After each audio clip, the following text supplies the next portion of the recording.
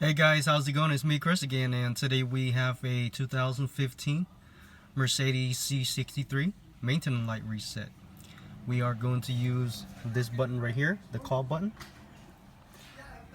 the OK button, and up and down. Go ahead and turn on your car to the first click. We're going to be using that screen right there. And make sure you resetting on the main mileage. If not, you can click up and down to go find it, just like that.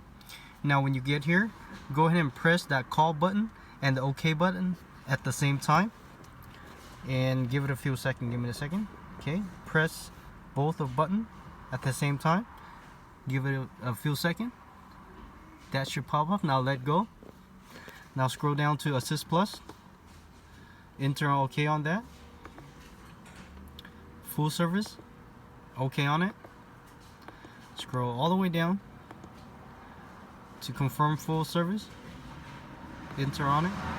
Scroll down to yes, enter on that, and confirm, enter on it. And there it is, guys. Make sure you click that like. Thank you for watching. I'll see you next time.